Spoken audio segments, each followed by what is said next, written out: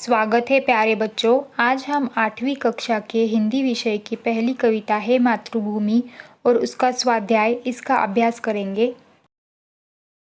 इस कविता के लेखक थे राम प्रसाद बिस्मिल। कवि बिस्मिल जी का जन्म सन 1897 में उत्तर प्रदेश के शाहजहांपुर में हुआ था। भारतीय स्वतंत्रता आंदोलन की क्रांतिकारी धारा के ये महान सेनानी थे। बिस्मिल जी उच्च कोटि के कवि, अनुवादक, शायर एवं बहुभाषाविद भी थे। इन्होंने काकोरी कांड को अंजाम देकर अंग्रेजी शासन को हिला दिया था। इनके द्वारा रचित सभी पुस्तकों को अंग्रेज सरकार ने जब्त कर लिया था। सरफरोशी की तमन्ना अब हमारे दिल में है इनकी प्रसिद्ध रचना है। राम प्रसाद जी को 19 दिसंबर 1987 को 30 वर्ष की आयु में गोरखपुर जेल में फांसी दे दी गई। इनकी प्रमुख कृतियाँ मन की लहर, आत्मकथा आदि प्रकृति के माध्यम से देश प्रेम व मानवीय गुणों का बखान करना छायावादी कविता की विशेषता है। प्रस्तुत काव्य में भी आधुनिक काव्य इन्हीं गुणों को दर्शाया गया है। हे मातृभूमि इस कविता में कवि राम प्रसाद बिस्मिल जी ने मातृभूमि की सेवा करने एवं उस पर अपना सर्वस्व न्यौछावर करने का संदेश दिया है। हे मातृभूमि तेरे चरणों में शीश नवाऊं, मैं भक्ति भेंट अपनी तेरी शरण में लाऊं। माथे पे तू हो चंदन, छाती पे तू हो माला, जिह्वा पे गीत तू हो मेरा तेरा ही नाम गाऊं। जिससे सपूत उपजे श्री राम कृष्ण जैसे, उस धूल को मैं तेरी निज शीश पे चढ़ाऊं। माई समुद्र जिसकी पदरज को नित्य धोकर, करता प्रणाम तुझको मैं वे चरण दबाऊं। सेवा में तेरी माता मैं भेदभाव तज कर, वह पुण्य नाम तेरा प्रतिदिन सुनूं सुनाऊं। तेरे ही काम आऊं, तेरा ही मंत्र गाऊं, मन और देह तुम पर बलिदान में जाऊं। तो इस कविता का मुख्य भाव देखते हैं। मातृभूमि की सेवा में जीवन अर्पण करना प्रत्येक मनुष्य का कर्तव्य है। मातृभूमि के प्रति प्रत्येक व्यक्ति के मन में प्रेम एवं भक्तिभाव होना चाहिए। यह विचार इस कविता के माध्यम से उभरकर सामने आया है। कवि के हृदय में मातृभूमि के प्रति अपार भक्ति भावना है, अतः वे भक्ति रूपी भेंट लेकर उसकी शरण में जाना चाहते हैं। कवि सदा उसका ही नाम गाना चाहता है। मातृभूमि की महिमा इतनी अगाध है कि उसकी गोद में श्री राम कृष्ण जैसे सपूतों ने जन्म लिया था। उसकी चरणों की धूल को नित समुद्र धोता है। ऐसी महान मातृभूमि की कवि एक निष्ठा से सेवा करना चाहते हैं। इसी त्याग की भावना से प्रेरित होकर वह अपना तन मन मातृभूमि पर न्यौछावर करना चाहते हैं। बच्चों, अब हम इस कविता का स्वाध्याय पूर्ण करेंगे। पहले है शब्द वाटिका।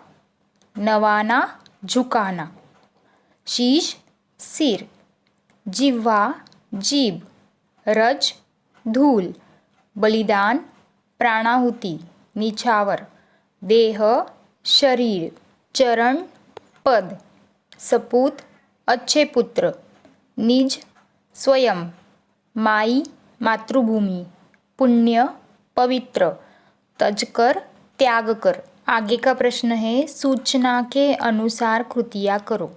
कृति पूर्ण करो। मातृभूमि की विशेषताएं। पहली विशेषता है श्री राम व कृष्ण जैसे सपूतों को जन्म देने वाली जननी। और दूसरी विशेषता है मातृभूमि पर पाई जाने वाली धूल पवित्र है। प्रश्न 2, कृति पूर्ण कीजिए। कवि मातृभूमि के प्रति अर्पित करना चाहता है। उत्तर, अपना मन, अपना देह। प्रश्न 3, एक शब्द में उत्तर लिखो। प्रश्न 1, कवि की जिह्वा पर इसके गीत हो। उत्तर, मातृभूमि के। प्रश्न 2, मातृभूमि के चरण धोने वाला। उत्तर, समुद्र। प्रश्न 3, मातृभूमि के सपूत। उत्तर श्री राम व श्री कृष्ण। प्रश्न 4, प्रतिदिन सुनने व सुनाने योग्य नाम। उत्तर मातृभूमि, भारत माता। प्रश्न 5, मातृभूमि के चरणों में इसे नवाना है। उत्तर कवि के शीश को। प्रश्न 4, कविता की पंक्तियाँ पूर्ण करो। सेवा में तेरी माता, मैं भेदभाव तजकर वह पुण्य नाम तेरा, प्रतिदिन सुनूं सुनाऊं, तेरे ही काम आऊं, तेरा ही मंत्र गाऊं, मन और देह तुम पर बलिदान में जाऊं। अब अगला प्रश्न देखते हैं। निम्न विराम चिन्हों के नाम लिखकर उनका वाक्य में प्रयोग करो। तो पहले विराम चिन्ह को कहते हैं पूर्ण विराम। वाक्य नरेश खेल रहा है। दूसरे विराम चिन्ह का नाम है अर्धविराम। वाक्य मैंने उसे बहुत समझाया पर वह नहीं माना। तीसरे विराम चिन्ह का नाम है प्रश्नवाचक चिन्ह। वाक्य तुम क्या कर रहे हो। चौथे विराम चिन्ह का नाम है योजक चिन्ह। वाक्य रामकृष्ण महापुरुष थे। पांचवें विराम चिन्ह का नाम है विस्मयादि बोधक चिन्ह। वाक्य वाह क्या बात है। छठे विराम चिन्ह का नाम है एकहरा अवतरण चिन्ह। वाक्य कामायनी महाकाव्य है। सातवें विराम चिन्ह का नाम है दोहरा अवतरण चिन्ह। वाक्य मैंने उसे कहा तुम कल तक अपना काम पूरा कर लेना। आठवें विराम चिन्ह का नाम है निर्देशक चिन्ह। वाक्य अशोक का मानना था सभी लोगों में समानता स्थापित हो। आगे दिया गया है उपयोजित लेखन। शब्दों के आधार पर कहानी लिखो। शब्द दिए गए हैं ग्रंथालय, स्वप्न, पहेली, काच। तो अब हम इन शब्दों के आधार पर कहानी लिखेंगे। बीजू नाम का गरीब लड़का था। वह अनाथ था। वह पढ़ना चाहता था पर पैसे न होने के कारण वह पढ़ नहीं सकता था।